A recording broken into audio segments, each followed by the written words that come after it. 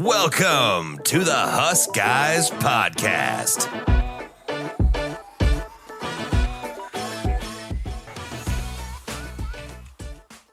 We are live. What's up, everybody? It is October 13th.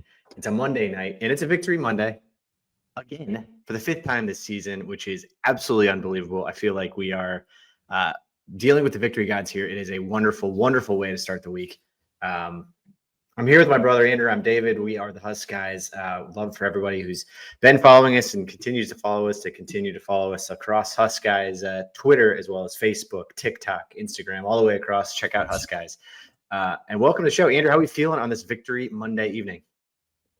I mean, I still feel like I'm catching my breath from Saturday.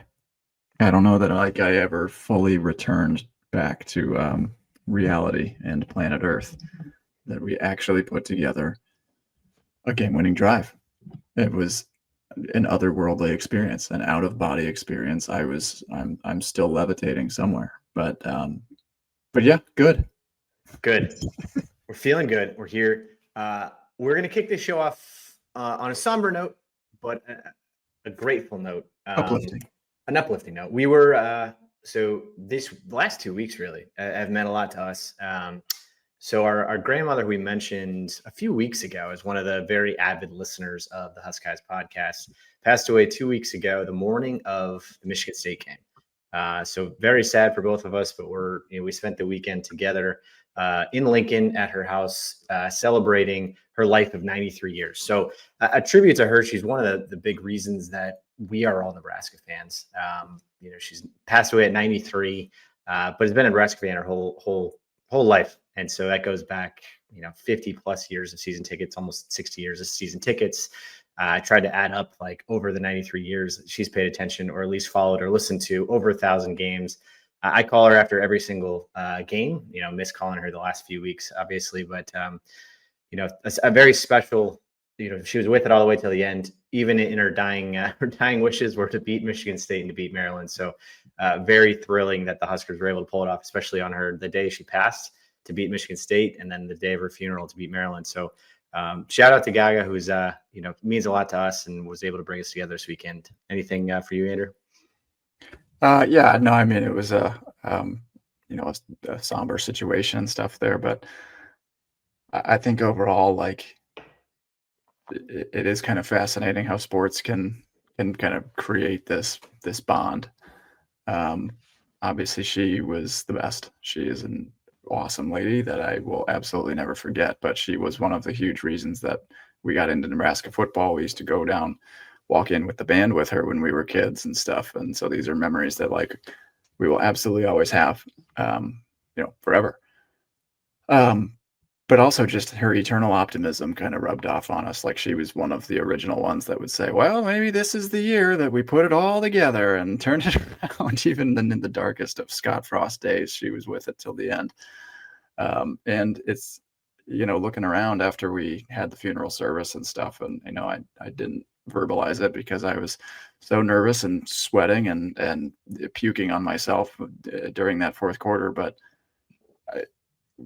all of her family and extended family in the same room cheering on the Huskers is like, what more could you ask for, I guess? And I don't know what more she could ask for. She's probably looking down, pretty proud of that. So, and proud of the Huskers. We did it. Proud of the Huskers. Yeah. I mean, the cool fight song played at the funeral to be processed out. I mean, the Huskers were through and through a big part of her life and a big part of our lives. And I think anybody who's a Nebraska fan can relate to that, where, if you're, as the bloodline passes through from grandparents down to parents down to kids, I think it's a special bond to share with multiple generations, to have the Huskers to cheer for. And, it was a connecting string for all of our generations, and we'll continue into our kids as well. So shout out to Gaga.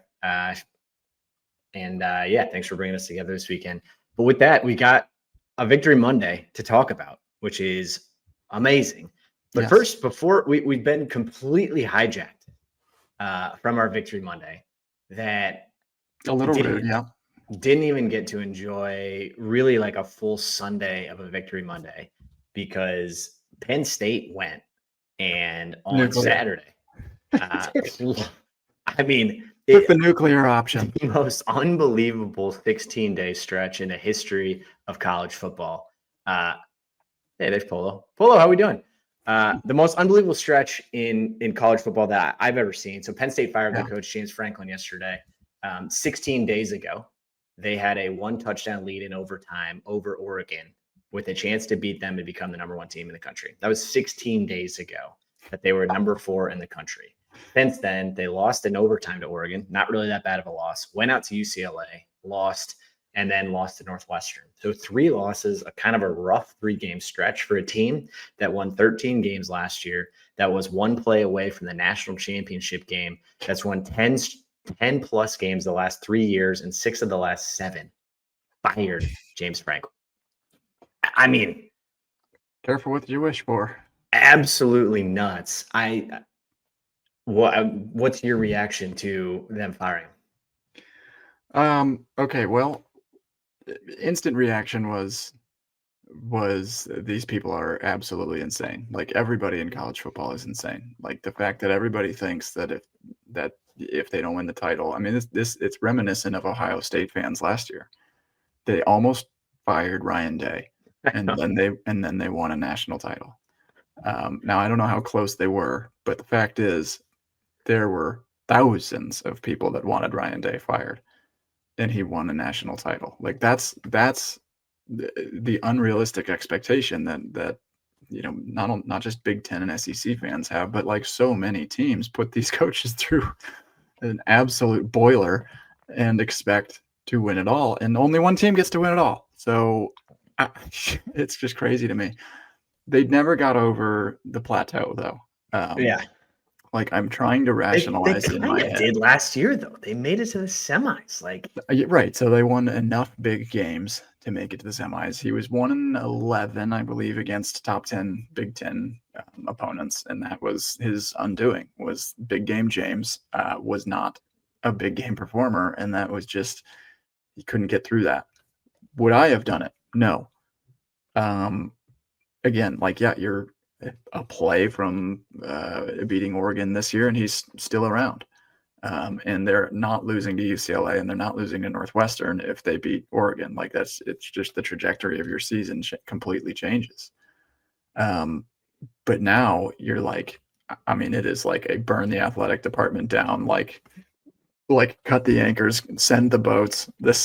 Everything is on fire situation. The only other thing I can say is that it wasn't the Oregon game.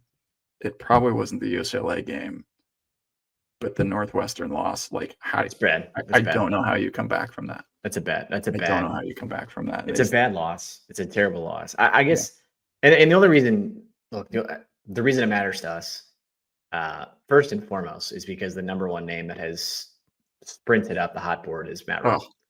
Right away. I think, initially I was celebrating when they fired him. It's like, great. Now Nebraska plays Penn State in 3 weeks. That was a guaranteed loss on everybody's schedule before the season. Everybody was like, we're not beating Penn State. They're preseason number 1. They have this, they have an All-American quarterback coming back. They've got an All-American running back coming back. There's absolutely no chance we beat Penn State. So I watched the last 3 weeks and was like, great. They stink. And they can't beat Northwestern. They can't beat UCLA. They're not going to beat us. So there's a win for us. And then all of a sudden yesterday, everything started rolling, and I kind of I think there was always the thought in the back of my head that obviously that's the number 1 thing everybody's concerned about, but I was like, it's not realistic. But the smoke nationally and locally that Rhule is a top candidate because of, 1, he's an alum, he played there obviously at Penn State, and 2, and this one is probably more concerning, is the athletic director Pat Kraft at Penn State, who was formerly at our alma mater, Boston College, before. Super fun. All these connections are so fun. All the connections. Well, before he he was there 2-3 seasons before he took off and left. But Pat Kraft, who's the athletic director at Penn State, was the athletic director at Temple with Matt Rhule way back in the day, back when they were both at Temple together. They both rose through the profession together and rode Temple's rise all the way through to bigger jobs from there.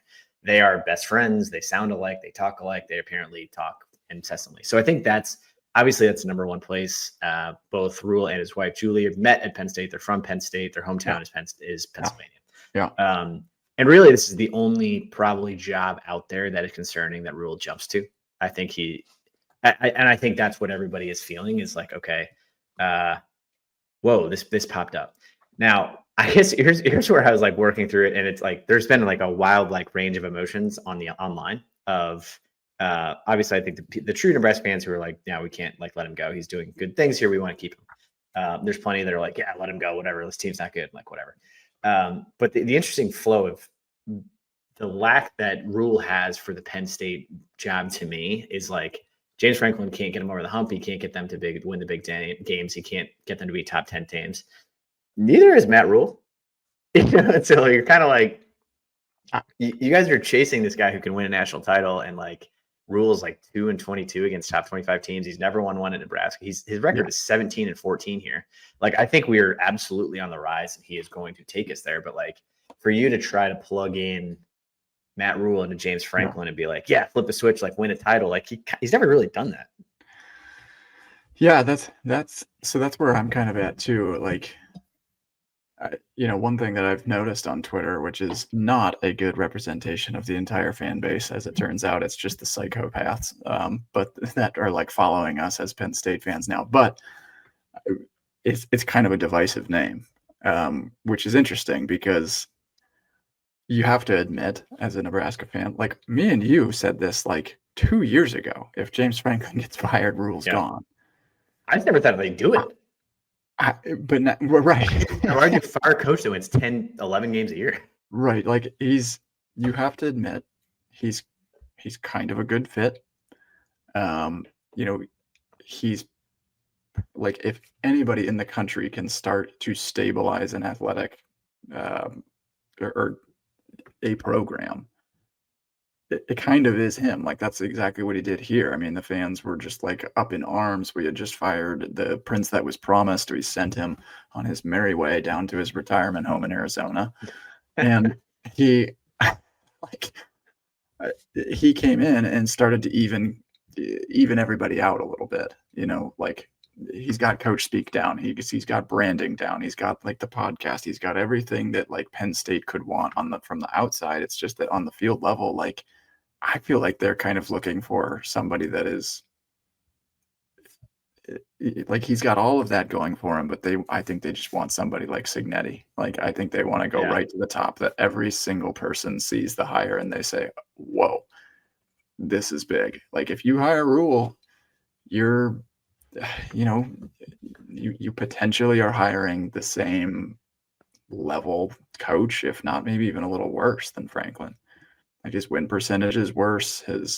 He hasn't beat as many ranked teams as him. I don't know. It's interesting. There's just no. That's what's like delusional about the Penn State fans. Where then I started to get into it. They're like, wow, wait until we get him resources at Penn State, and he'll be able to do way better than he is at Nebraska. I'm like, what resources does Rhule not have?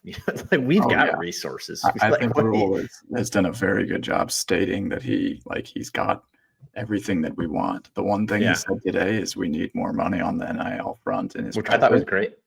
And the other big things that he said in the presser, though, like, I don't think he did a good enough job of hosing out the flames a little bit. Like, like the first thing that he said was like, God, I love Pat Kraft. Oh man, I love that. I love that I'm place. From there. I love Penn State. I my wife there. And I love the state, the city. I love the athletic director. You're like, stop it.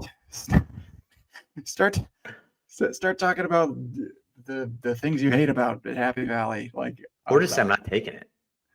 But his whole, like Ryan Shro here says from Facebook, he's not gone yet. His whole inner family is in Nebraska. And it's true. Like, as any parent, like, you're kind of looking for stability in your life. And if he's, trying to find that permanence, he has said all along, Rhule himself has said, like, we love it here. Julie's starting a small business in town. He mentions that all the time. He's got it. His kids are in Lincoln. They're doing, group volleyball and stuff like that. He's got a son trying to go to college there. Like, all of these things the arrow points towards, like, he kind of wants to be here a few more years. But it's tough to say no to your alma mater. Like, it's hard to say no to alma mater. I mean, you got to figure Scott Frost serves as the cautionary tale of this thing, though. Like, You go there and the bar is national championship or bust. You're going to get booed out of town. Your family's going to get booed out of town, just like Franklin's. Like they're booing Franklin's kids. They boo Franklin's kids at his school. Like I don't think you want that. Who wants to take over where 10 wins isn't good enough? Yeah. That's I also think that, and the number one thing that he said, like he absolutely did not help to calm this thing down. Like it blew up afterwards of like him saying all the things that he loves about him, all that. But the one thing he did say that I appreciated was he was like, "This is good, guys. Like this is good that it means we're winning. Like it's way better to be a coach that is wanted than to be a coach on the hot seat." He's like, "I was just on the hot seat in Carolina. It's not that fun, you know." And when you're the fired coach, nobody wants you. Everybody just wants to fire you. Everybody wants to boo you out of town. Like it's good to be the coach that's wanted. It's good to be the coach to have a coach that's wanted. As like look back at our coaches. Nobody wanted Frost. Nobody wanted Pelini. Like Pelini never coached in Power 5 again. Youngstown State wanted Pelini. Disagree. Youngstown State wanted Pelini. Mike Riley never coached Power 5 ever again. Bill Callahan never coached Power 5 ever again. Like we finally have a coach that like wants analyst jobs or whatever. Yeah. Solich never coached Power 5 again. He went to Ohio, right? So it's like, we've had all of these guys that just never went and coached anywhere ever again. Trent Bray just got fired up at Oregon State. Like all these guys gone. So we'll end there, and I want to make sure we jump into Maryland because we have so many good things to talk about. Yeah. Oh shoot. I mean, the final thing is that he also said was like, okay, so you think that if players are playing well, they're not getting hit up to leave? Like It applies to players, it applies to coaches. I absolutely guarantee Penn State is calling. Like if you think they are not calling, friends with Pat Kraft. They're definitely like, yes, of course. Like Rhule, for God's sake, he might have even known this was going to happen. Like yes, he's literally best friends with their athletic director. Like guarantee they're talking, guarantee they're having. But also Rhule he's in the middle of a $75 million contract. He's making 8 to 10. He makes more than James Franklin right now. Penn State has to pay $50 million to fire him. Yes. And then they get there's going to be a play they could probably make to him. But although they would only owe Nebraska $5 million to take Rhule, which is kind of crazy. But they got to pay their own 50. I just think it's money probably doesn't matter. Anyway, I don't think he's going to take it, or I don't think they're going to give it to him because I just think it's not the hire that they want. Like it's not they need something that's like, oh yeah, duh. Like it literally need like a Dan Lanning, Ryan Day, or something. Yeah. Like everyone wants to know that they're going after. Matt Rhule would be like, "Oh yeah, because of what he did at Temple." Like what? I love that the top other two names are like Urban Meyer and Nick Saban. Yeah, it's like Saban, and then they're like, "Well, Signetti will come," and Signetti's like, "I'm not going there." They're also like pretty irrational. Like they haven't won a title since '86 or whatever. It's like, why do you think you're just gonna win? It's a tough place to be. All right, Rhule's staying. We're going to keep it at that. We got Minnesota this week, but let's talk Maryland. Yeah. Here I'm gonna throw something at you that right as we kick this thing off, and we didn't talk about this beforehand, but I just remembered I want to talk about it. So we had a comeback win for the first time in forever. We watched it together. We don't normally watch games together. We live in separate places. Which was very fun. Watched with our dad, watched with our brothers, siblings, cousins. Very, very fun. Everybody in that place, in the stadium, in the room, on the internet, probably felt at some point during that game we were going to lose. Correct? Guilty, right? Everybody felt this way. And as you're watching this final drive, this is because, this is Stu Manji, who posts this after every single loss. I forgot this was out here, and I just saw it because Nick Bauer talking about it this morning. He posts Nebraska's final offensive possession when tied or losing by 8 points, one score or less. 2018 to 2025. He posts this after every single game. Not good. So when tied or losing by 8 points or less on the final drive, what have we done? 33 different games. Okay. Guess how many of those 33 games on the final drive that we had the ball with a chance to tie or win the game? How many of those 33 games did we score? Any points? Any points. There was like that Northwestern win. Was that Lane McCollum? Yep, that's one. Okay, so 3 points there. Wow. The got 2? 3. 33 times that we had the chance to tie or win the game on the final drive of the game. As bad as and I we thought. scored 3 and we won 1. 33 times That's before this. That's before Maryland. This was the first time. This was the fourth time we scored and the second time we've won. Down 8 on the final drive of the game. 25 of those ended in turnover. 6 ended in 5 out of 33? 25 turnovers. Interception. I mean, this is where I was thinking about this and Nick Bott talked about it on his podcast and a few others have talked about it of when you go into that final drive, and this to me is we're jumping all the way to the end of the Maryland game. Of that to me is the difference that Rhule has or could have or could bring. Yes. That nobody else has had where as you're he doesn't have what Adrian Martinez had. Adrian Martinez is on this list every time. Interception, missed field goal, interception, punt, interception, fumble, turnover on downs. That's Adrian Martinez's final drive. Interception, turnover on downs, safety, punt, turnover on downs, interception.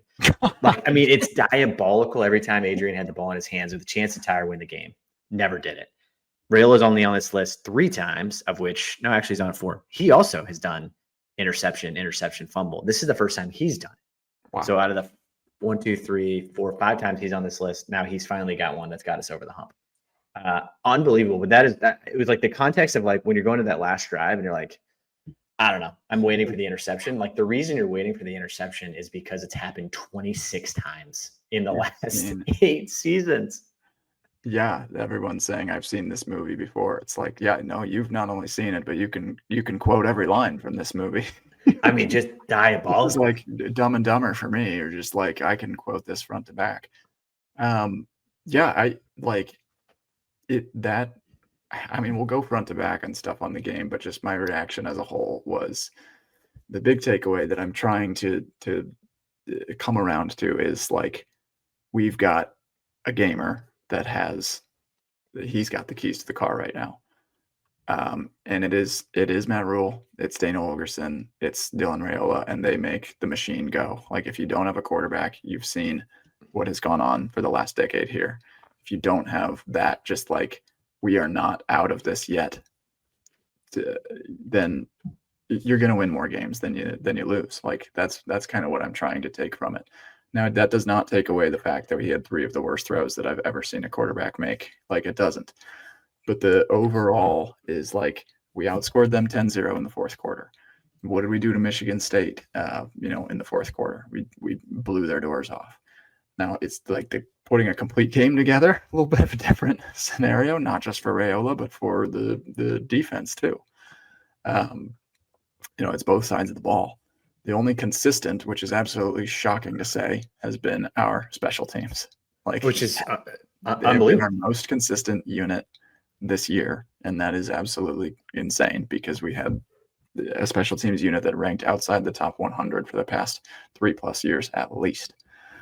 So that's what I'm trying to take from the game, just overall as a whole is wow, that was not good, but wow, we have lost a lot of these games. Well, and so this is now the third time this has happened this year. And that's the changing tide that we've been waiting for this entire sheet, all 33 of these games of when's it going to change? When are we finally going to make a play? Right. When are we finally going to come down at the end of the game and win a game? We've done it 3 times now. Cincinnati, Hartzog makes that play at the end of the game. We haven't made that play in forever. Michigan State, you come down and we have a very strong fourth quarter and you come back and you win that game. Maryland, a game-winning drive with down 7 in the fourth quarter. Down 7 in the fourth quarter, game-winning drive, down 4 with 2 minutes to go, and you come down and drive and win the game. We haven't done that in forever. We've done it 3 times this year, and I will say that's where I hope, and I've heard it a few times in the press and the afterwards of them saying we're done with the curses, where we all think because we're all broken and we've seen 9 years of this. The players, they don't seem to feel that pressure, which is you could see Adrian. He felt the pressure on his shoulders. He felt the weight of the entire state of Nebraska on his shoulders. And that's why so many of these games ended. You watch these guys, they come out and sling it in that final drive. And they're, it's Harburg is making catches down the goal line and Lindenmeyer and Dane Key and all of these guys making plays at the end of the game. That to me is a big differentiator. Yeah, yeah, offense and defense. Like the other thing that has stood out, I think, this year is that like there were times last year throughout an entire game when you would be like, "Good Lord, did anybody play well?" yeah, And in these games, I feel like, I mean, you can name the games, based on like who was the standout performer. Like we're getting crazy highlights. It's just that we're also getting these kind of wild lowlights that are yeah. happening simultaneously. Like we haven't completely broken free from our chains to our losing ways, but you can tell we're loosening things up here a little bit. But I mean, there were just so many standout performers as well, like Kenneth Williams. I mean, he starts the day without a scholarship and without a notable kick return, and all of a sudden he almost freaking houses one. How does that work, by the way? Like, Nearly won the was game. he I don't like, know. does Dannon have like a scholarship in his pocket and he's just like, Sure. if Yeah, somebody it's makes just a blank. play, if somebody makes a play, they're getting 250 G's like in the locker room. It's like, It's how just does that blank, work? and he just writes their name in, like he just fills it in. It's like, I mean, like, what does he tell Rhule? Does he tell him like, No, hey, by the way, yeah, he had a 60-yard, he's getting a scholarship. Like, bang. is that a walk-on out there? It says Scholarship. to whom it may concern at the top. It doesn't even have his first name on it. Boy's getting a scholarship. Yeah, pretty sweet deal for him. But like, there's things like that happen. I mean, when Neri had another 8 quarterback pressures, like he, was the only one can bring in consistent pressure. Obviously, Hunter is an absolute, like, I mean, good Lord, he could end up an all Big Ten player. Rhule made plays when it counted. Emmett Johnson was an absolute workhorse. Like Ja'Cory Barney continues to be electric on punt return. Lindenmeyer made, was just shaking people off and making huge catches in the end zone that like only wide receivers can typically make. McCullough stood up big on a third down to even get us the ball back in the fourth quarter. Like there were just a lot of like big like whoa plays, and these splash plays, like you absolutely need your playmakers to make plays when it counts, and that's just been probably the difference this year, like that we can win these close games. Can we just kind of run it back? And I haven't rewatched the game yet, but I kind of want to like at least work through some of this. First drive, very similar to Michigan game. So let's start there. We came out and we popped Maryland in the mouth. The first play from scrimmage, just like in Michigan, Emmett Johnson took a run for 13, 14 yards. Another run, 11 yards. Another run, 8 yards. A 4-yard pass to Barney, another first down. And then we went incomplete, 3-yard run, 5-yard pass, and then Emmett Johnson on 4th and 2 gets stuffed. We opted not to kick the ball. We were at the 31-yard line, and this is probably controversial call number 1. What'd you think about it? The controversial call number 1 at the time. Well, I guess that's okay. I'm glad we're doing this because when it happened, it was like the word. Well, I don't know. It was a weird, lame play call in a sense that it didn't get blocked well. Like Emmett had been running for, like you said, I mean, 5 yards, 5 yards, 8 yards, 11 yards, 13 yards. But then we were kind of running stretch plays to Emmett the entire time, running him outside tackles and, pitch plays. And then all of a sudden it was this kind of weird, like run up the middle that went for a loss of 1. So the execution was poor because I think at the time I was kind of like throw the ball. But now I'm sure, as we'll get to later in the game, all we did was throw the ball when we should have been running. So I feel like a contrarian being like, you should have passed, when I'm sure if they passed, I would be screaming my head off, you should run. It just was like a weirdly poorly executed play. It just was like, it was like they didn't even try. I kind of was just at that time, like, I don't know. You like to think that things like the Michigan game, when you went for it on that first drive and you kind of just want to try and get points, you've got a deadly kicker. Yeah. I don't know. I like the go get it and then just like go pop them in the mouth mindset. That's fine. But God, we needed some better 4th down plays because it wasn't a good play. Like I don't really fault him for going for it. Yeah. I think scoring 7 would be great, but I think that it was just a weird play call. It wasn't a very good play call. It was one of Pritchett's kind of down moments of the day. He got kind of run into, and they like stunted and stuff with their end, and they just, God, Emmett just ran right into a pile. So it was that was a tough start there to not come up with anything. But then, and I think I probably would have kicked it. 3-zip would have been nice. You'll take points on the opening drive. Like you got a lot of game to go and stuff. You're on the 31, it's makeable. not playing in a tornado like you were last week. But then Right. Maryland comes back and the defense actually holds. And we go turn them over on downs. They ran 7 plays, got 33 yards, stopped them right around midfield. I liked that from the defense there. They went for it. They went for it aggressively on 4th and 5. I was like, damn. Yeah. Like, they could have punted it down into the 5-yard line, and that was like coaching malpractice on their part. 4th and 5 to go for it. Right. That was a weird play call. And thank God they did. But 4th and 5 on the 40 to give us that field position was. Yeah, and that was actually one of Malik Washington's kind of like freshman moments. Like he scrambled and ran. Oh, that's right. Yeah, that was the one he ran out of bounds. And he just stepped out.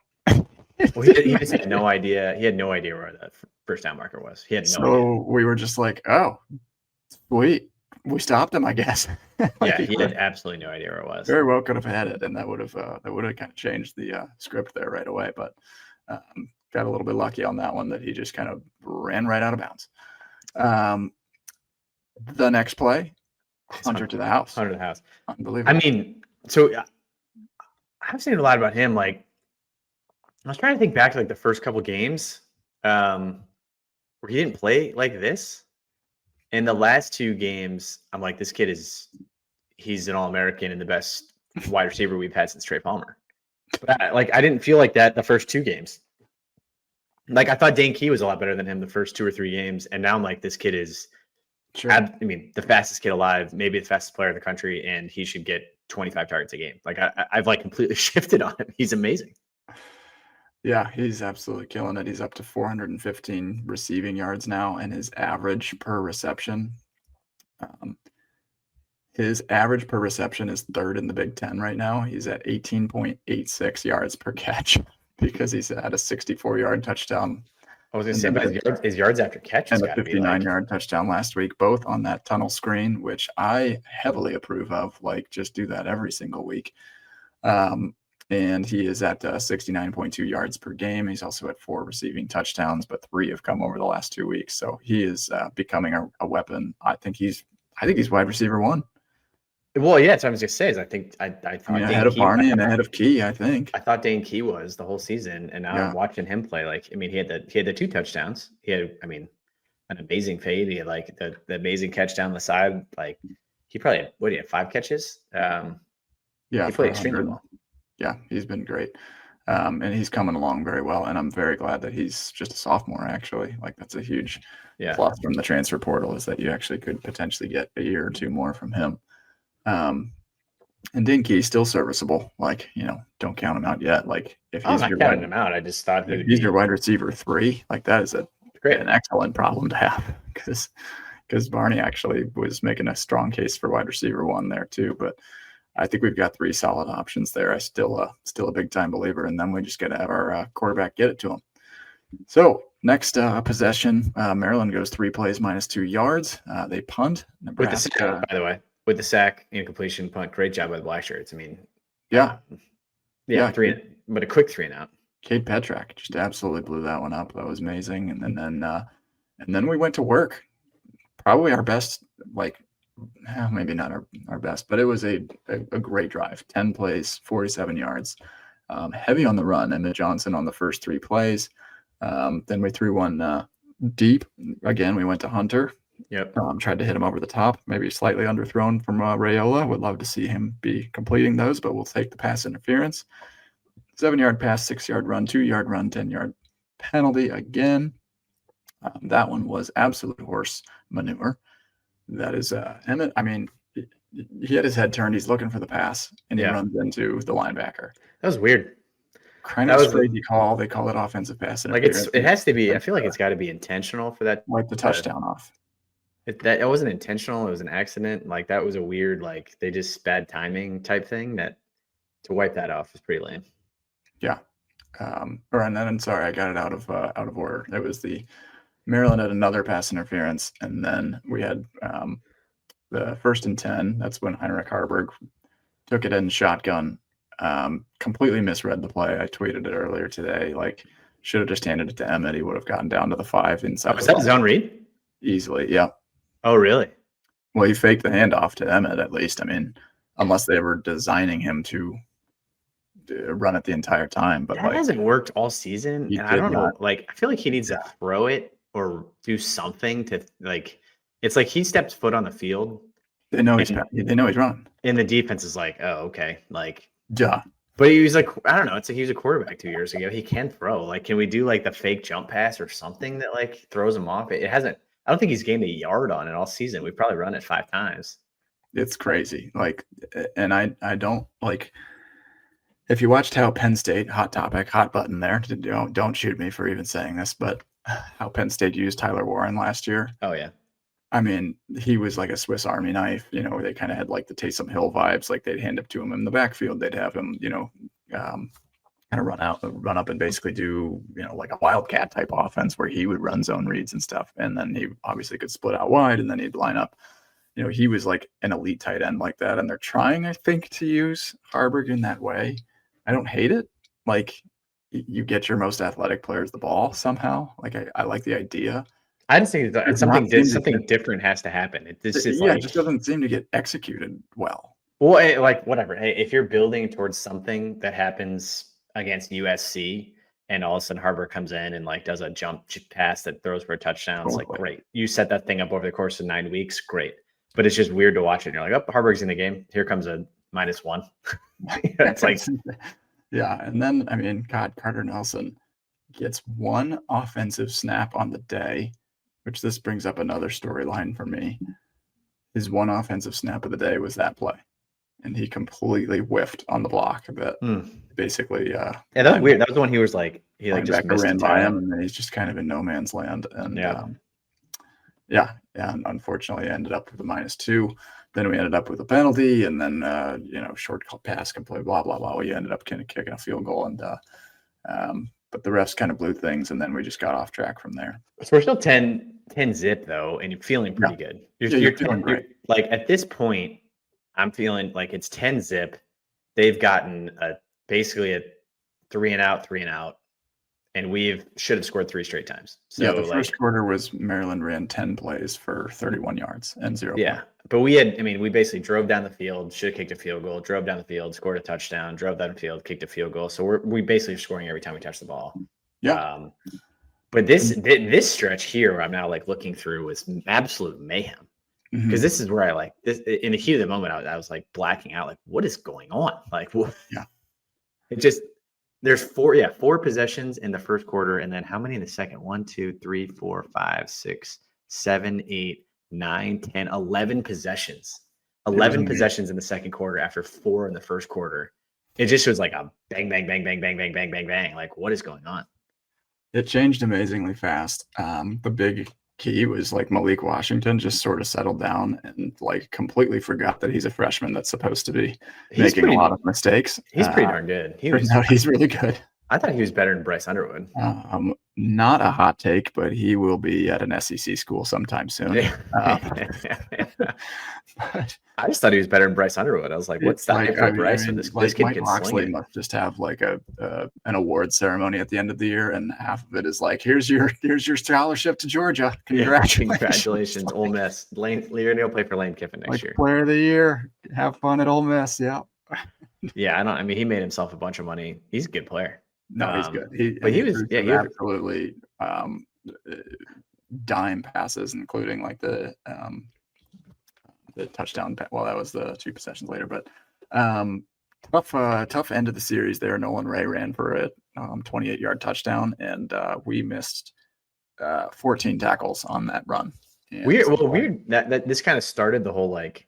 I feel like maybe we were feeling ourselves coming into this game, being like, we have the #1 pass defense in the country, and then you're just watching this kid like absolutely torch us. I mean, we had held Bryce Underwood to 105, like Sorsby only had 69. We had held Michigan State's Aiden Childs was held to 100, and this kid comes out in the first quarter has 100 yards passing, and you're like, whoa, what? Wait, what happened to our amazing defense? That was a weird. Yeah.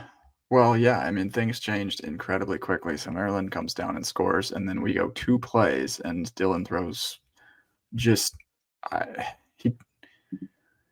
not processing things fast enough, I think. I got to play these back. The first interception was the one that was just behind him. That was it, yes. And so that's where he basically scanned across the field. Linebacker jumped, I think it was linebacker or safety, jumped right in front of Yeah. Barney and basically just was like, thanks. Just terrible throw. Yeah. We'll take that. And that's the second play of the drive. Unbelievable. Yep. Second play of the drive. And then Maryland goes 4 plays, touchdown.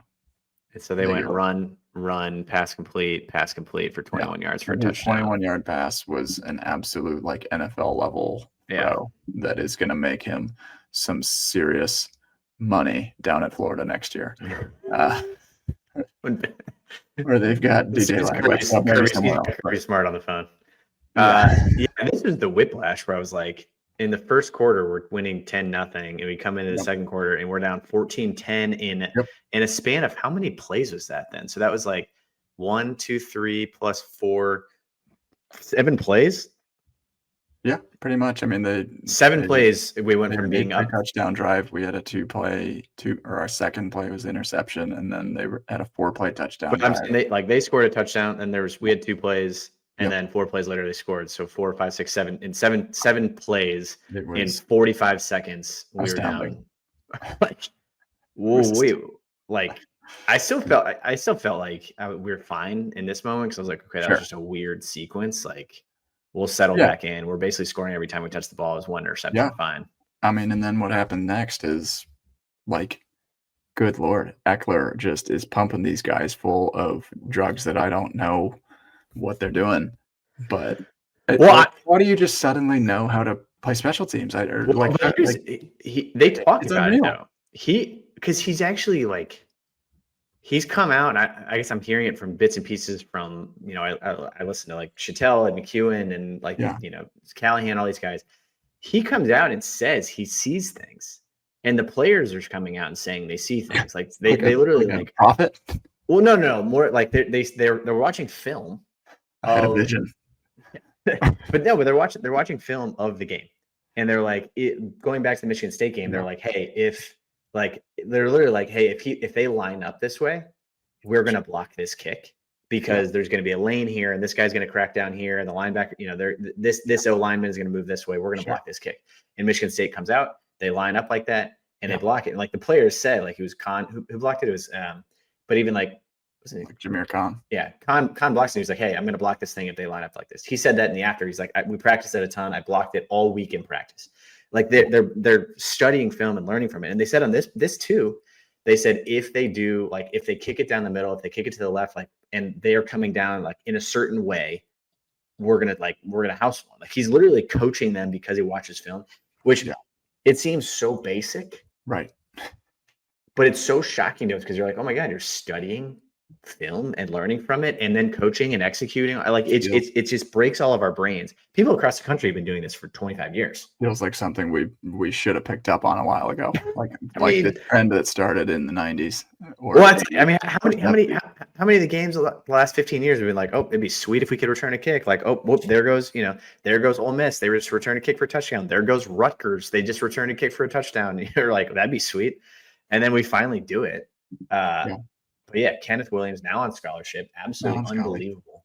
Earned it. Earned every penny.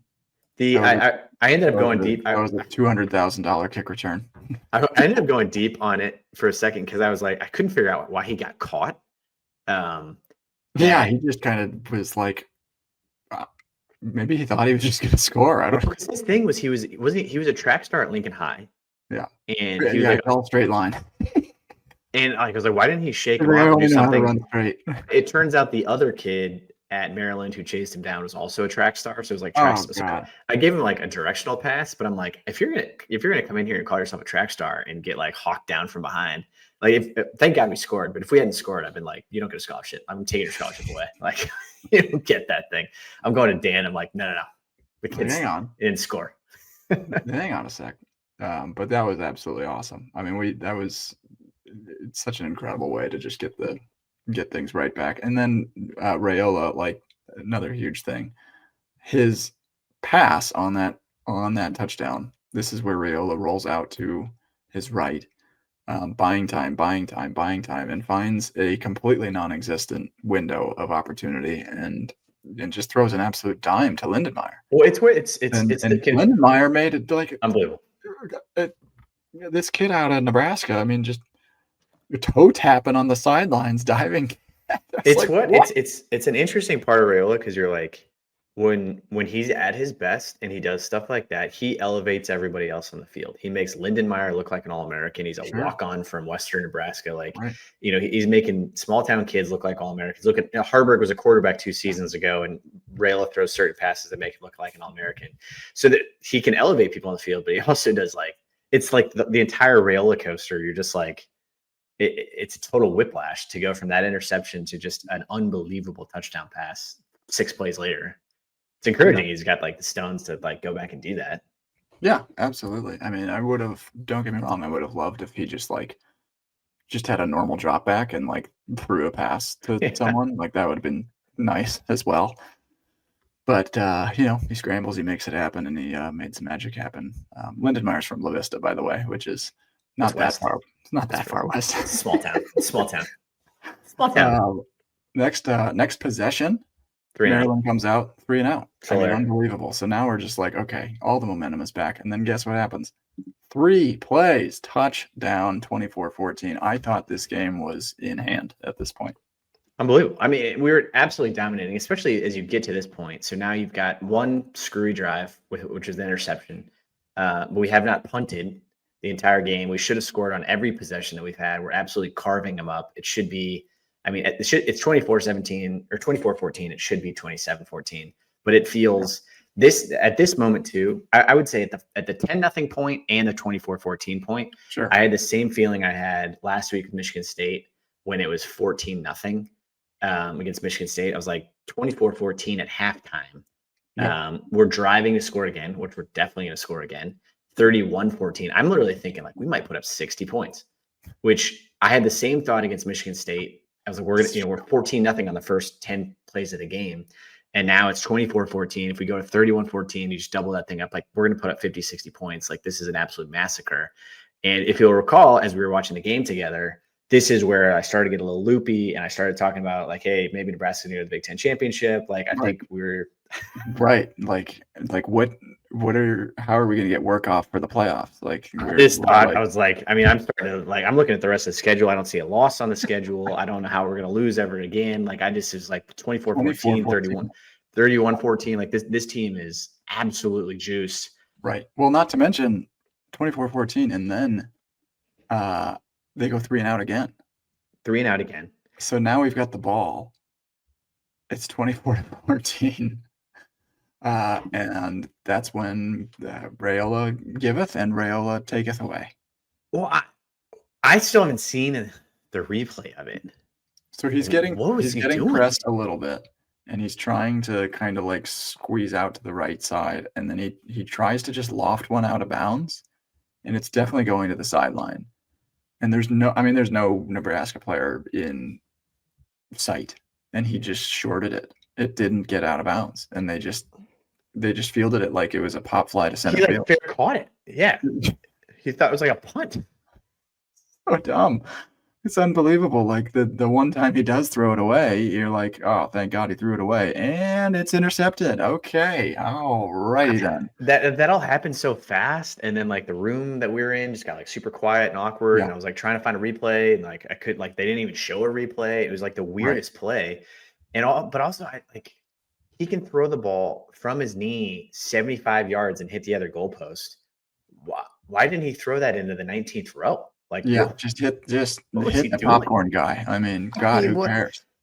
He just watch it. Later in the game, when he fell on his backside, he's literally falling on his backside, and he threw the ball 33 yards in the air in an absolute strike. And you're telling me with his feet underneath him, he couldn't throw it out of bounds? What are you doing? Unbelievable. And then then to take the wind out of the sail further, Maryland goes 13 plays, 66 yards, takes 3 minutes off the clock. And fortunately we stood a little bit tall at the very end of the drive, and they hit a 37-yard field goal. Nebraska still has time on the clock, and this is controversial call number 2 for me.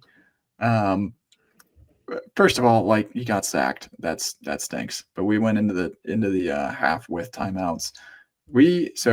They kicked it off for 40 yards. They did a stupid little squib, and then Caleb Benning returned it 25 yards. We had the ball on the 50-yard line. That was Caleb Benning. I didn't know it was Benning. Awesome. Yeah, we had the ball on the 50-yard line. Yeah. With 20 seconds left. I know, throw the Hail Mary. Not even that, but like the goal has to be, okay, you might have 3 plays that can each gain, I don't know, 7 to 10 yards. Like, use them. Yeah. Use 2 timeouts. Try and get into field goal range. Get to the 35, 30-yard line. You got to go 20 yards in 20 seconds. You better be able to do that. And 1 snap, sacked, let the clock run out. Forget it. Anyway, moving on. Yeah, well, and that's I agree. We didn't really design a pass like that was to do that. I feel like we did that. Didn't we do that against Michigan State too? Where it's like we've completed a Hail Mary now, and like we've had the ball twice at the end of halves, and like have the chance to just launch it, and just sort of are like, nah, just kneel it into the half. I don't know. That in hindsight looks a lot worse because they backed up their 13-play 66-yard drive with a 10-play 75-yard drive. And at this point, I went from like, I mean, I'm canceling my flights to where's Indianapolis. I mean, I don't even know where the Big Ten championship was going to be, but I'd booked flights like at halftime, and now I'm like, not going. And now I'm coming out like, it's like, is Rhule gone? Like, is he going to take the Penn State job? Like, I mean, it was like the biggest like. I mean, and now we're like, we had gone to a funeral in the morning. And I was like, are we going to see another funeral right now? Are we going to bury like Nebraska football? Like, it's just like the room we're watching. We had like 60 people in it, and no one's talking. It's so awkward. The team stinks. It was the worst third quarter of the season, and that's saying something because their third quarters and second quarters have been awful. Third quarter last Michigan State was pretty darn bad. Well, this one was too because Maryland went touchdown, and then we were driving, and then Dylan threw a pick six. Yeah. And then our next possession, we punted. Those were our 3 possessions. It's pretty bad. Those were 2 possessions in the third quarter. Maryland goes 7 plays, 22 yards, and punts. Now this was actually hang on. Wait, you just skipped over the pick six. No, I didn't. I mentioned it, and I don't want to talk about it any further. It was the worst pass that we will see, hopefully, of his entire career. And I thought that we should all just go outside and go for a walk at that moment. I'm just trying to process this. 31-24, Maryland. Interception. So he threw an interception in that one drive, and then we went touchdown. But then he went interception. So it's back-to-back drives, ending in a diabolical interception followed by a pick six interception. Followed by after the pick six, we went 4 plays and punted. 4 plays and punted, which were a run, and a run. That's good. At least we ran the ball. And then Archie with like the worst punt of all time. Yeah. Oh yeah. That's a good point. I forgot about that. It's like, is he cold? And he did like, you got to feel for the kid. Like he's only punted like 5 times all season because we didn't punt the entire Akron game. We didn't punt the entire HCU game. We punted maybe once against Michigan State. Like he's played 7 snaps all season. He shows up here thinking he's going to be this like big time punter. He goes out once. Archie did to that ball what Rhule meant to do on the throwaway, which was straight out of bounds. It got out in a hurry. It went 20 yards, but it went 30 rows up into the stadium. Oh my! I mean, watching the ref like run after the ball, I was like, is he going to stop? Like he was on the 5, and it was the 10, the 20, 30, 40. I'm like, he's to the 20. He's to the 30. He's to the 40. Yeah, he just never stopped. All the way to the 38. Oof, that is brutal. Yeah. So he punted it for 20 yards. That was a 20-yard punt. I mean, just go for it at that point. It's like brutal. So that was that the 17-point swing that we were talking about? So it was 24-14, and then it was 24-31 before you could blink. Yeah. And so now you're heading to the fourth quarter down 7 after being up 10 not that long ago. Yeah. And what was getting real concerning on that particular drive was Maryland just turned completely to the run. Yeah. In fact, they did not pass on that drive. Like they were going fourth quarter ball, like let's play Big Ten football. Let's line it up and run. And they went 6-yard run, 6-yard run, 5-yard run, 6-yard run, 6-yard run. And at that time, and then a 2-yard run, that's when the third quarter ended. It was like, oh my God, we might lose to Maryland. Yeah. like that. Like, because it wasn't just like we're playing awful, like there was a terrible third quarter, but right now, at that moment, Maryland is running it down your throat. It's just bullying us. I mean, yeah, they just ran 5 straight runs, positive yardage every time. But that was on 2nd and 4 that they had the 2-yard run. The next play, again, like what is different this year about this Nebraska team is we just have players that our standout players seem to be making plays when it counts. Desan McCullough comes up and stops them behind the line. Huge tackle for loss, negative 4-yard run, and then they end up punting with 4 minutes left. And that's when apparently our offense just said, "No, this is our game. This is Wait, you skipped over one drive. You skipped over the field goal drive. This next drive is the field goal drive. Oh, you're the field. Yeah, 12 plays, 83 yards for the Husker offense. It was a great drive. Yeah, what did you think about that drive? Oh, sorry, now I'm following. I was mixing up because we had if massive you don't mention plays. Emmett Johnson at this point, who is a huge storyline. Because we had a huge plays on the back-to-back punt stops here. So McCullough's was on this first one in the fourth quarter, and then we started this drive where like on the 8. Mm-hmm. Huge big boy drive. So we went. I mean, was this Emmett Johnson's 50-yard run drive? Okay, this was the Emmett Johnson. Sure was. Drive, but also this run. But it started with Emmett before that as well. Yeah, so he went 11-yard run. Yep. A couple good passes, 4-yard run. But that run itself, and I tweeted this earlier, was the closest thing I've seen to the Amir Abdullah 4th down run versus McNeese State, the touchdown run where he just was like, I'm not going to get tackled. I'm gonna put the team on my back. I mean, he was throwing defenders off him. He was juking people off of him. Running straight, running left, running right, stopping, going left. Like his level of we haven't seen that since Amir, and Amir was 2012, so that's a good 10, 15 years ago.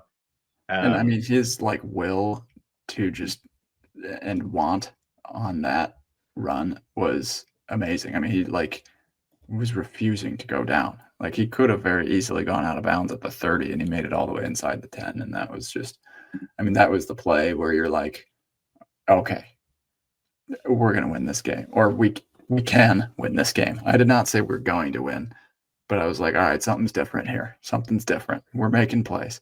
And not to mention, I will shout out to Dylan right before that. If you remember, so we had I think it was 2nd down. Yeah, 2nd and 6. And we got a 10-yard holding penalty. So it ended up 2nd and 16. And then Rhule had that 16-yard pass to Dane Key on the next play. And that's what set up the 1st down. Then we went into completion, and then came the 50-yard run. Like that was a huge gutsy play and stuff right there. Emmett Johnson appreciation. I tweeted this right before the show. He's 2nd in the Big Ten in rushing yards. He is 2nd in the Big Ten in rushing yards. I mean, think about how insane that is from like we haven't had a feature back in 10 years that has ever done anything in like Nebraska, a program that prides itself on running the ball, prides itself on having great running back, prides itself on good offensive line. I mean, when was the last time we had a running back anywhere near the top? Right. So he's probably Amir. He's 2nd in yards per game at 108.3 yards per game. He's 2nd to Justice Haynes, who got a lot of his yards per game against us at Michigan. He is 1st though in attempts per game, which is actually kind of crazy, like to think, because we're all screaming run the ball, and he has the most rushing attempts per game. Shop HuskGuysStore.com for all the best run the ball gear in the conference. But yeah, 650 rushing yards on the day. But that's not to mention, like, he's touching the ball 20 plus times per game. It's really he should though. The offense runs through him, and it runs better when he's getting the ball. Yeah, it's been I mean, he put the team on his back there, and shout out to Emmett for, I mean, literally turning this game on its head. He had 21 rushes on the day for 186 yards, I believe. But then, like, Speaking of running the ball, yes, go on. 50-yard run followed by Okay, yeah, that's controversial call number 3 on the day for me. 50-yard run followed Yeah, by. I forgot about this. Okay, yeah, so talking point, controversial call number 3. Well, I mean, okay. So Emmett's gassed. Is My he though? thought, yeah, I don't know. I mean, he is a D1 athlete, and he's For like all 3 plays? 20 years old, so like maybe he should be not gassed, but like he did just try to carry the entire Maryland defense into the end zone with him. So either take him out or run a reverse, run with somebody. Like, we're clearly running the ball well at that point, and you're inside the 10-yard line. I don't totally hate the pass on first down, but I would have really liked a touchdown on this drive. Like that would have just taken so much more of the pressure off. It was just a weird set. It was a weird set of field goal. calls. 3. So we go incomplete to Dane Key, incomplete, and then the second one is when he spiked it, and the third one he ran for 6 yards, but it was like a weird scramble play. 3 straight dropbacks, and then the delay of game penalty, and then kicked a field goal. Which the delay of game, they were trying to do a 4th dropback. Yeah, so that's controversial call number 5. So the first was the fact that they went 2 straight incompletions and then tried to pass again, and Rhule just scrambled basically for 6 yards down to the 4-yard line. The second part of the scandalous controversial calls there was, if they went for it and didn't get it, like they looked like they were trying to do, this game is probably over. Right. Like, if they went for it on 4th down, because we miss it. They were lined up. Yeah. And he snapped. Don't get it. Then you're down 7.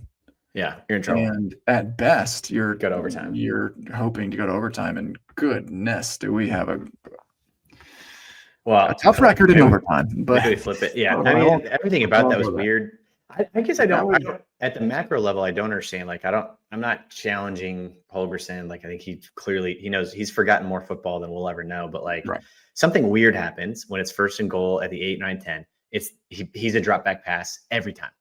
And like, that first pass every time is a fade route throwaway that very rarely goes for anything. And then you're 2nd and 10. And then he's like, well, 2nd and 10, I got to pass again. Like, it happens every time. And it happened even in the last drive. It happened on the game winning drive too. Like, it's 1st and goal, and he's just like, pass. I'd like to see us just, lean forward and take a couple yards off. Yeah. So I thank God he made that field goal though. Yep. Made the field goal. And then that's when the defense, I mean, like, it's amazing what difference momentum can make, because they started to stand big again. Like, you forget that, yes, we had these like fantastic game-winning drives and stuff that are, amazing plays that happened on offense and stuff all in the 4th quarter. But like, the defense had to get the ball back. Yeah. And Maryland went 5 plays, 22 yards, and had to punt again with 3 minutes and 42 seconds left. Like, if they run the clock out there, if we're playing the, just porous defense that we were in the 2nd and 3rd quarter, the game's over. Incredible stuff. The next drive, this is where the magic happened. There's 2.5 minutes left, and holy cow. 3 minutes, 42 seconds left. And it was actually a very well done last drive. And as you mentioned at the beginning of the show, there's not many times that we've been able to say that in the last 10 years. Yeah. So, I mean, you're looking at the last drive, and somebody cut this up, and I'm going to show this if you're watching on the YouTube, or go back and watch it later. But somebody cut this all up of the all-22, which I absolutely love this angle of the passes that were happening. So I think this must be, and I'm going to pull up the thing. Was this the first pass? First pass might have been Rheule's. So this one right here. Best so this is the first pass. Rhule gets pressure. Yep. Goes right, scoots left, comes all the way across, throws across his body over to Lindenmeyer, and then all of a sudden Lindenmeyer can't be tackled. So this first play that goes all the way to the 45-yard line. Yeah, 23-yard gain. Unbelievable pass there. And I think, is this second one the one that he falls? Yeah, so then he gets tripped by the turf monster. Nobody saw that one coming. There was actually no pressure for the first time, like pretty much all year, but Why did he fall? I've watched this a bunch of times. literally he just scoots to the left, and then So this guy's coming over here. The guy's coming off the left edge. He's rushing at Rhule. Nobody sees that guy, but then he stops. Like, watch this. Like, he stops and jumps off. Rhule kind of freaks out, runs over, just trips over he himself. tripped. But he Still throws an makes the absolute dart. Like, he still Absolute threw a dart. Fine. I mean, I guess Incredible. like if you look at it from this angle, maybe if he doesn't fall, like, Hunter's wide open out there, that's probably a touchdown anyways. But I mean, I'll take it falling on his backside. Oh yeah. Another amazing play by Hunter. The fact that he's like that wide open. Great play by Hunter. Yeah, to me, it comes back to, route like, that he runs is absolutely perfect. what I'm screaming at the TV the entire game is like, let Rhule throw the ball deep. And like, then he does stuff like this, and you're like, yeah, why does he never throw the ball deep? It's just like, yeah, he's got an absolute bazooka when he wants to be. He throws an absolute strike, 33 yards downfield. At this point, you're cooking. So this is where I wanted to stop. Now you got to get into clock management mode, because you're just dicing them right now. I know that one was like a complete pirouetting, jumping throw to Lindenmeyer, and one was a falling on your back throw to Hunter. So I don't know, maybe dicing them's not the best word. But the 30, you're cruising down the field pretty easily there. That's a 23-yard pass, a 5-yard run, a 33-yard pass, and then a 4-yard run from Emmett Johnson. And then the next play is what you're about to show. Well, timeout. So it's, I guess, the clock management, because I'm now looking at this in hindsight outside of the mayhem of the game. I was like so desperate just to score. Sure. That I'm not even looking at the clock. I'm more scared the clock's going to run out, and I'm so broken from, as I mentioned at the top of the show, 33 straight times of us throwing an interception. I'm waiting for the interception, waiting for the catastrophic fumble. Yeah. I don't even have 2 minutes left, and Maryland's got timeouts as well. So there's 2:17. We run the ball, cut it all the way down to 2 minutes. Got it. Yeah. And so now it's 154, 4-yard run, 117, 13-yard pass. Oh, this is the Harburg pass. Yep. Again, I mean, just like, would love for an easy option to be there. It wasn't. I mean, unbelievable pass by Harburg, unbelievable pass, unbelievable catch. Yeah, the kid is a freaking magician sometimes. So this is then the next. So unbelievable. I mean, the fact that Harburg was a quarterback 2 seasons ago and is now making unbelievable plays is like just absolutely remarkable to me. He's a quarterback, and it's like, oh, hey, I could play tight end. Sounds good. Like a quarterback turned tight end, like, it's absolutely unheard of. So then this again, where then I was like, okay, 13-yard pass, first and goal at the 3. Yeah. And I started to look at the clock in the heat of the moment, and now I'm looking at it now. 1:12 left. This controversial call number 6 for me. If you're in the NFL, you got to run this thing down to 1 second. Absolutely. Because like, you can't give the ball back to Josh Allen or Patrick Mahomes or any of these guys with literally 20 seconds on the clock. Yeah, they will come back and score. If you take 20 seconds, so there's a minute and 8. No, there's a minute 12. 1 minute and 17 seconds left before this play starts. Yeah. The first thing that they do is they try to pass again. Pass to Lindenmeyer. It was the play action fake to Lindenmeyer. Yeah, I mean, you've got first down at the 3-yard line. I would say you're running the ball fine with Emmett Johnson. I mean, fine. I think you run the ball 3 times here. You take 20 seconds per run, and that gets you a touchdown, ideally, with a few seconds left. Well, I think that's what's like. That's where you're at. Is like, or that's what the NFL, I think that's what you do. And like, in case of emergency, you have your timeouts left. You use one if you absolutely have to, and there's and then you can always throw one away or something, like whatever. But like, a pass here on first and goal from the 3-yard line with just over a minute left is just not the move. It's two drives in a row. It's first and goal from inside the 10-yard line, and we pass on first down with an incompletion. 2 straight drives, incompletion, first and goal to 10. I mean, you clocked it, and you helped Maryland in this case potentially. Yeah, and so I started to think about it then, but I was also like, just freaking score. Just find a way in the end zone. I don't care how. Yeah. It doesn't matter how. Call whatever you need to call, Holgerson. Like, but I guess there's me as the desperate fan who hasn't seen us win in 33 games, and then there's like, as I reflect back on it, look at it, it's like, you got to have some confidence in your team. Like, I would rather you have that Signetti level confidence. It's like, yeah, we're going to score. Are you kidding me? We're Nebraska. Yeah. Like we are going to run. This is Maryland. We are Nebraska. We're going to run it down your throat. It's going to take 3 plays. We've got Emmett Johnson. We've got the second best running back in the Big Ten. We're going to bully you, and we're going to run it down your throat. And that to me is what comes across as missing in this. Is you're like they're like as desperate as I am to score, which I'd rather them not be. Like I'd rather them be like, yeah, like have some confidence. Yeah, I mean, you're lined up in shotgun from the 3-yard line. It's kind of just like we really miss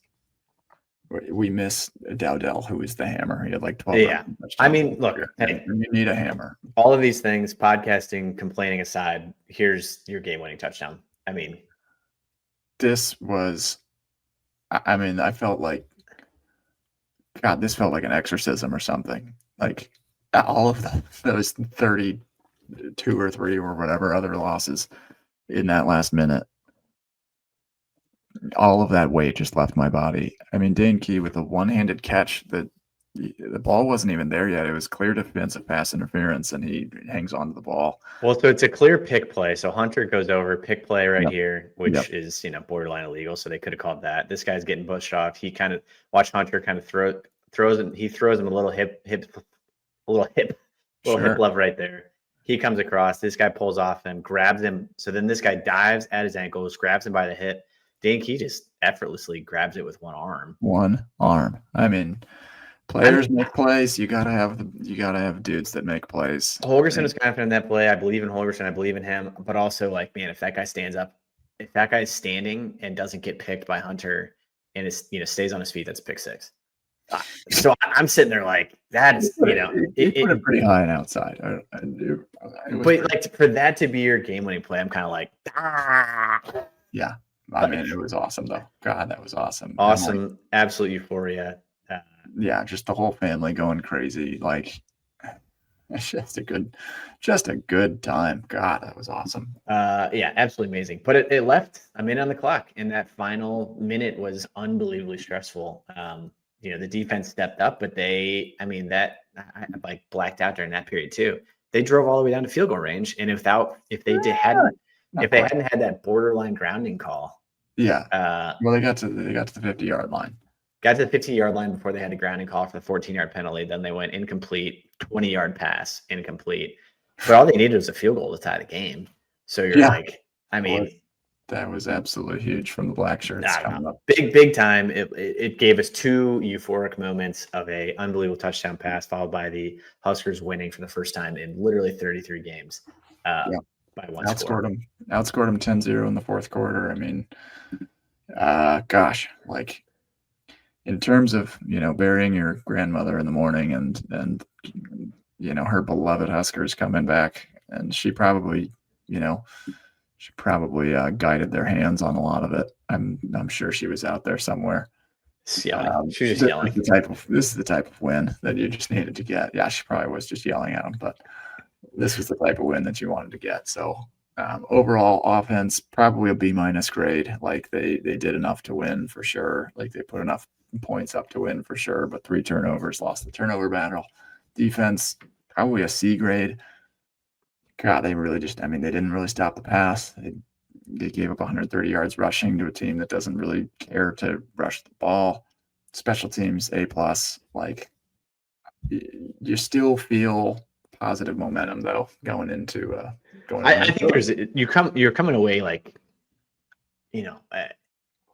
I think you're appreciative and like thank God we're figuring out how to win, and I think you've got Rhule figuring out how to win now that he's got a game-winning drive. Like I hope when he gets the ball every time with 2 minutes left, he looks back on this as like I've done it before and I've got this. Sure. That's the good side. The concerning side is like a lot of it where you're like, I don't think Maryland's that good. This is probably a 7-5 team. Michigan State got their, tails kicked by UCLA. Sure. So these games in like Michigan got stomped on by USC. So like there's definitely some like smoke and concerns on the horizon of like we're winning close games against not very good teams. But we're winning and we're 5-1 and you can't complain about it. But you're also like, man, like the interceptions are brutal. The defense did not look great. Like, but they're winning. And so it's like, you can't forgive all of it. Nebraska fans are smart. We watch the games, we pay attention. And we see through a lot of that stuff where you're like, all right, we know it's not clean. We know it's not, perfect. We know there's things to improve, which I think is like encouraging of, but I think that the special teams is interesting because it keeps coming back to like, it's like Iowa football where like they've figured out all you need to do is be good at special teams and you can just at least keep it close. Sure. And we've done that in the sense that like our special teams are making plays, we're blocking punts, we're returning kicks, we're returning punts, we're like making field goals. And that alone keeps you in or close or, directionally in games. And then all of a sudden you have explosive players like Hunter and, Emmett Johnson making plays. Like you're going to win most of those games if you have strong special teams followed by that. So, I don't know. It was a heart attack worthy game, but we'll take the W. Yeah.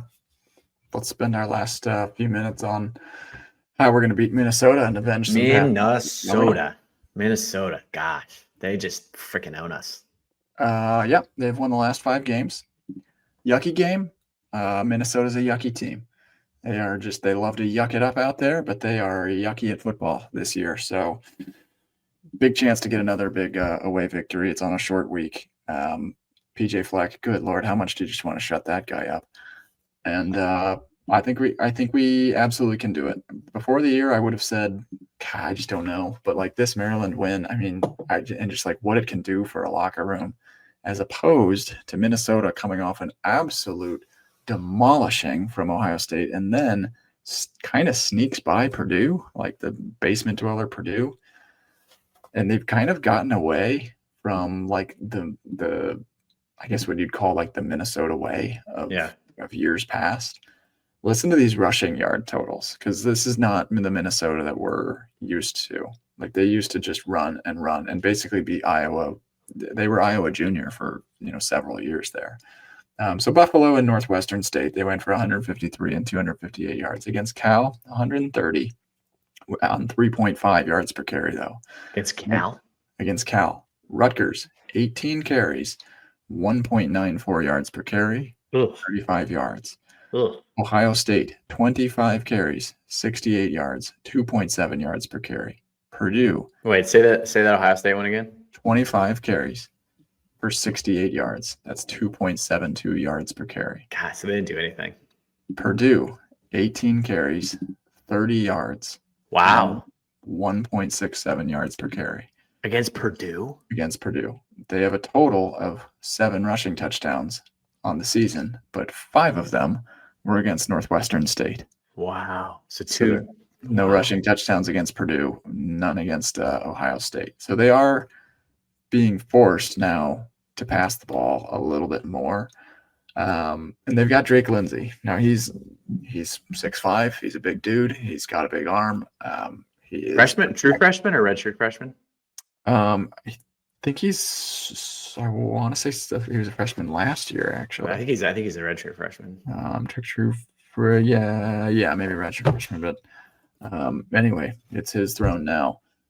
He's thrown for 60.1% this year. He's got 1,284 yards passing. He is throwing a lot of short passes, 6.8 yards per attempt. He's got 9 touchdowns, 3 interceptions on the year, but they're throwing the ball 31 times per game with him. Wow. Which is kind of crazy, like for a Minnesota team. They're just typically not that way. Now, again, they have had over 300 yards passing once this year. And if you look at their total offense, they are down they are basement dwellers of the Big Ten. In total, they are, for their passing offense, which again, they're kind of being forced to pass, is 11th in the conference.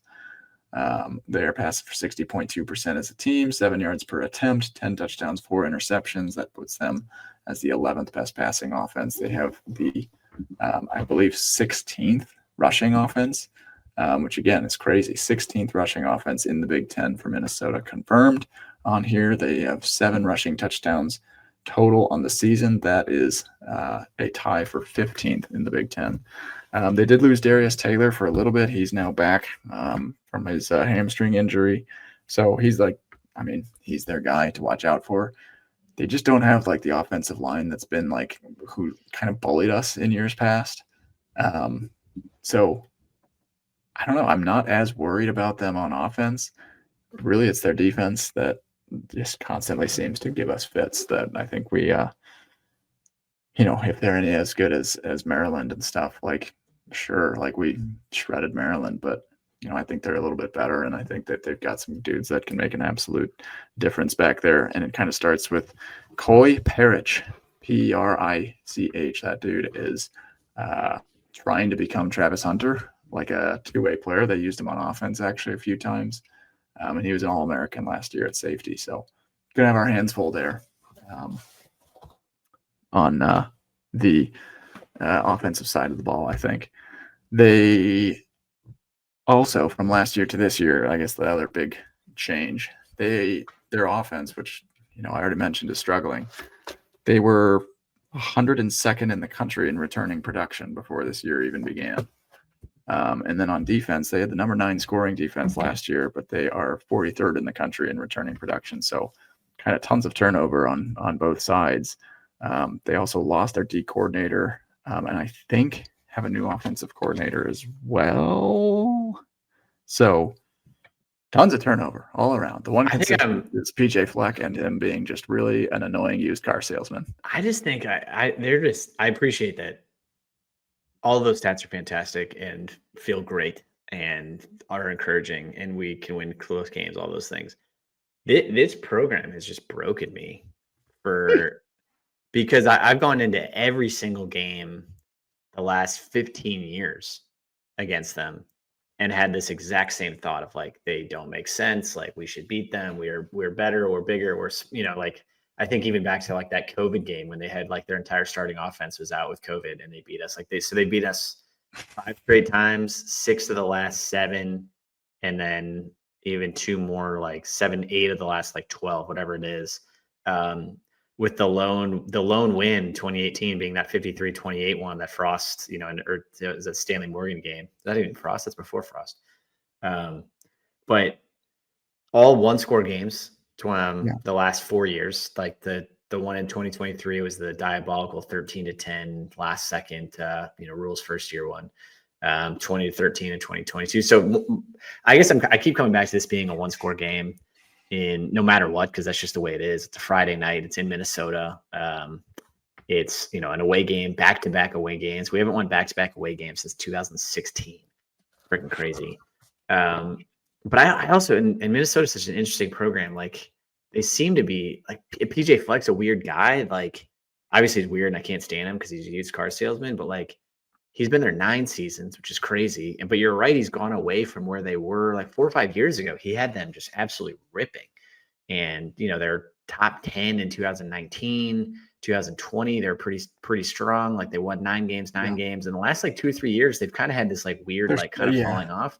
And he also, it's like PJ's like PJ gets mentioned 0 times for anybody ever on any coaching searches. So it's like Penn State won't even look at him, Virginia Tech won't look at him. Like he's never mentioned anywhere. So it's like, I feel like they've just like sort of flatlined. Yeah. And maybe it's NIL and they're just like struggling through that, but they do not look like the team that he had 4 or 5 years ago. Yeah. Can I just give you another vindicating stat? I like vindicating stats. Yes, please. Malachi Coleman. Yeah, I forgot he's there. Has 1 catch. What's he doing?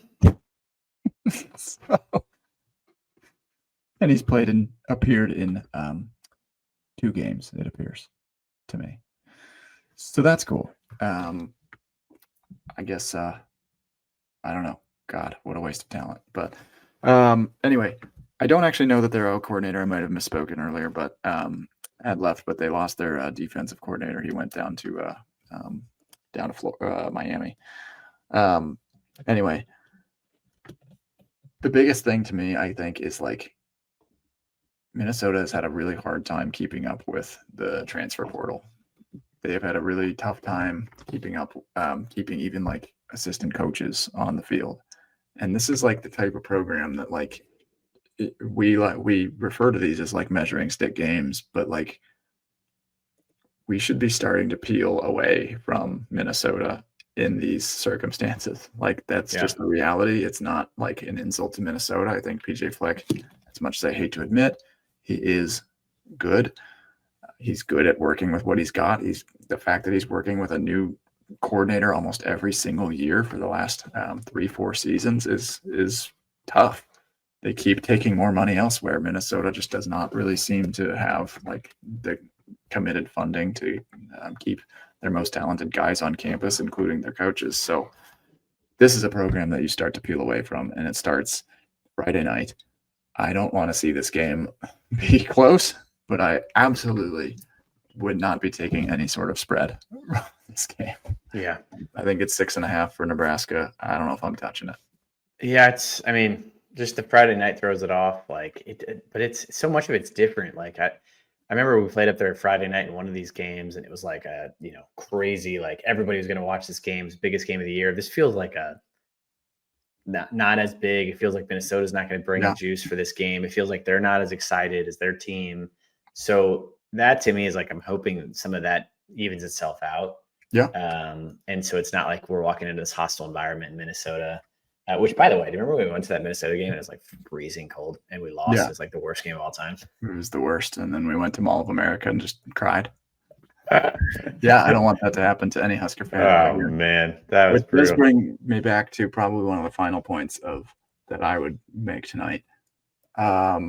Nebraska fans are incredible, unbelievable. I mean, not because we just had like an emotional weekend and stuff together with all other fellow Nebraska fans and family, but the fans at Maryland, like a lot of our players were like, yeah, like it was loud on their third downs at Maryland. And I guarantee it's going to be that way again up in Minnesota on Friday night. So, I mean, God, shout out to the traveling masses that just keep making lives hell for away team athletic directors and fans that are just like, oh my God, they're as loud as us. It's been awesome. Yeah. But also, like, I mean, it's all of these fans. That's why when I keep coming back to it, drives me nuts. It's like Maryland doesn't care about football. They didn't care. They didn't show up to the game. They don't want to be there. So it's like you can't lose to these teams that do not care. You can't lose to these fan bases that do not care. They don't want to be there. And like I was trying to scroll through like Maryland's reaction to the game. There was none. Like they don't have beat writers. They don't have like it's like you can't lose to these teams that don't care.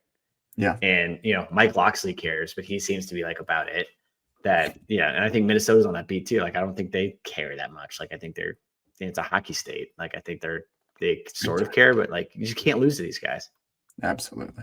Yeah. I mean, they've taken a little bit of a step back on defense this year, and that like should give us some hope. I think Nebraska fans are going to dominate the area. That should give you some hope. I think our offense hopefully is going to be juiced from what we just experienced. That should give you some hope. Our special teams is greatly improved. That's at minimum going to be a neutral battle and stuff there. That should give you some hope. Minnesota's given up 308 yards per game. That's 8th in the conference on defense. They are not great at running the ball as they typically are. They are not great at passing the ball. So I think the Backshirts could have a big day. It's just going to be a matter of can that O-line keep standing up? Shout out to them. They only gave up 1 sack against Maryland, who was previously leading the Big Ten in sacks. I think we could have ourselves a nice Friday night here. What's your score prediction? Okay. I just saw the this is bad. I was scrolling Twitter and I just saw the interception. That was really bad. I shouldn't show that. My score prediction. So we're favored by like 6-7. I think it's just gonna be an ugly 24-17 Nebraska win. Ooh, okay. I do think we win. Okay. But I think we win only because of this new resolve that I've seen from the team. Yeah. But I think it's ugly. I think it's stressful, and I think it comes down to the last drive. Yeah, like a nice special teams game. Yeah. I think Emmett Johnson who is from the Twin Cities. We're Back Co. Shout out to We're Back Co. They've got some cool gear. It's just as cool, I will admittedly say. It's just as cool as some of our HuskGuysStore.com gear. But he says Emmett Johnson Heisman campaign starts Friday evening. Well, I will correct you on that. We are well into the Emmett Johnson Heisman campaign, and it's going great so far. So, but yeah, Emmett Johnson, multiple touchdown game incoming. Book it.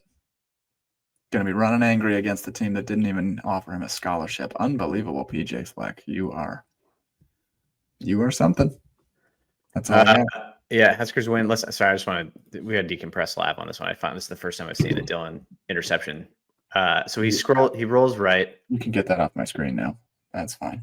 So he was literally not throwing it to anybody. That's You're crazy. changing the topic to a not good topic. To a depressing one. Sorry, I'll take that off screen. I think Huskers win, but I also, and I know we haven't gotten into it, but we can rapid fire through this. The rest of the season sets up extremely well for us. I think there's concerns because all of a sudden, like UCLA is good and Iowa looks great. I think USC just lost their top two running backs for the year. UCLA has lost 4 straight games, and they don't have their head coach, and they don't have wide receiver coach. Iowa does not have quarterback. Northwestern did just beat Penn State, but they stink. Penn State stinks. They don't have a coach. So like we're playing 2 teams without coaches, 1 team without a quarterback. USC doesn't have their running backs. Like none of the teams are undefeated. USC is the highest ranked at 5-1. Everybody else has 2 or more losses for the finish of the season. So obviously we're taking 1 game at a time in Minnesota, but like that's what kills me about Minnesota is like you win this game, you're 6-1, and you are heading into like a stretch that like extremely favorable, but you get the bowl game off your back. So that's where I like at. It's 1 game at a time. You got to just win them. But I think the back half of the schedule, you do not have Oregon on there. You don't have Indiana on there. You don't have Ohio State. You don't have any of the top 3 teams. You don't even have any of the top 5 teams. Yeah. I guess USC might be up there. But other than that, it's like Northwestern's a bottom team. UCLA is the second to worst team. It sets up well if we keep playing well. Yeah, it's interesting. Every single game is winnable and every single game is very losable. And that's what's somewhat of a frightening thought, I guess. We were 5-1 last year and we finished 1-5 to finish the season. So it's like, you just can't do that. Don't do that. Right. Do something else.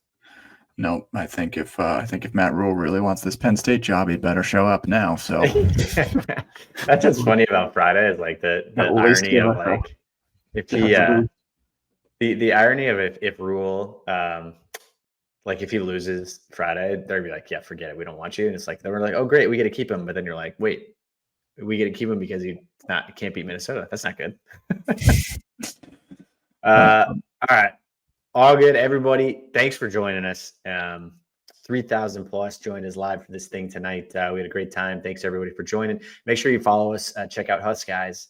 We've got over 150,000 Husker fans that follow us on Twitter, Facebook, TikTok, and Instagram. Check us out there. We're posting highlights, all sorts of good stuff, all sorts of positive energy, juju. Go to the huskguysstore.com. Check out huskguysstore.com. We just got these cool new hats, Run the Ball gear, If We Die, We Die, all the great stuff. A lot of new Nebraska vintage gear on there that we're excited about. Check it out. Shout out to Gaga, our grandmother who passed away last week, for willing us to victory these last 2 weeks. And may she rest well in heaven. It was indeed a miracle. A miracle. Thanks to Gaga. And thanks everybody for joining us, and have a great night.